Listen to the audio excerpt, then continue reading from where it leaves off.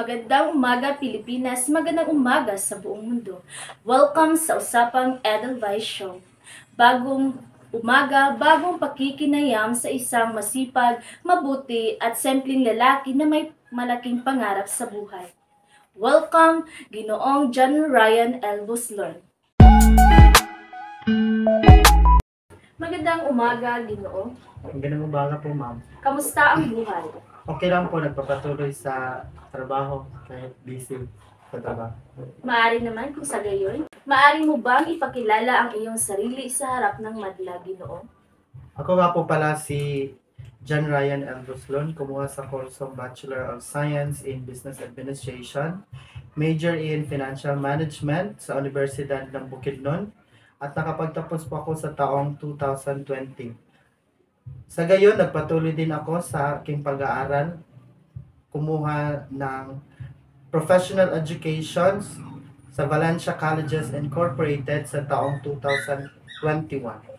At ako po ay naging isang leader ng aming barangay bilang isang sangguniang kabataan chairperson sa taong 2018 hanggang 2023.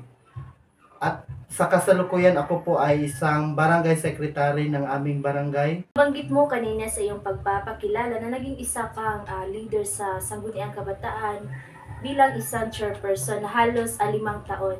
Sa 5 taon na pagsiservisyo sa mga kabataan, ano ang mga masasayang karanasan na hindi mo makakalimutan na palaging tumatatak sa iyong isipan at damdamin? Sa 5 taon na pagiging leader ng aming barangay, isa sa mga mahalagang mga karanasan ko na hindi natin malilimutan bilang isang sangguniang kabataan is ang pagtulong sa mga kabataan sa kanilang edukasyon, dahil ito ay isa sa mga importanteng mga bagay na pwede nating ibigay sa ating mga kabataan, dahil ang edukasyon ang isa sa mga napakahalagang ibahagi sa mga kabataan sa panahon ng pandemic. Isa sa mga programa na ating naibigay sa kanila ay ang free printing na pwede nilang gawin sa ating opisina sa Sangguniang Kabataan. Isa sa mga programa na ating naibahagi sa ating mga kabataan ay ang free wifi, dahil ito ay pinaka-importante sa panahon ng pandemya na kung saan maipapatuloy nila ang kanilang pag-aaral sa pamamagitan ng pagkaroon ng internet connection sa ating barangay.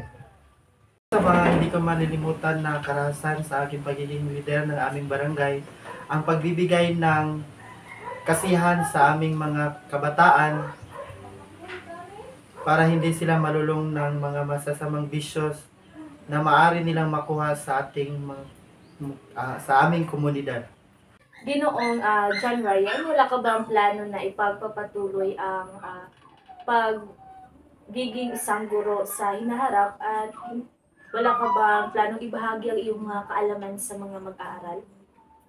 At sa ngayon, wala pa po akong plano na magpatuloy sa aking pagiging guro, dahil hindi pa ako ready na magturo ng mga kabataan. Sa kasalukuyan, ako po ay isang kalihim ng aming barangay sa pagpapatuloy ng aking pagiging isang leader na rin sa barangay. Mayroon ka bang maibabahagi na mga mensahe sa mga bagong leader bilang isang Sangguniang Kabataan chairperson sa inyong barangay? Ang mensahe ko sa mga leader ng barangay, lalong-lalo na sa ating mga Sangguniang Kabataan chairperson, na pataasan ng inyong pasensya at mahalin niyo ang inyong trabaho bilang leader ng barangay. Ginoong John Ryan, maraming salamat sa iyong pagpunta ngayong araw.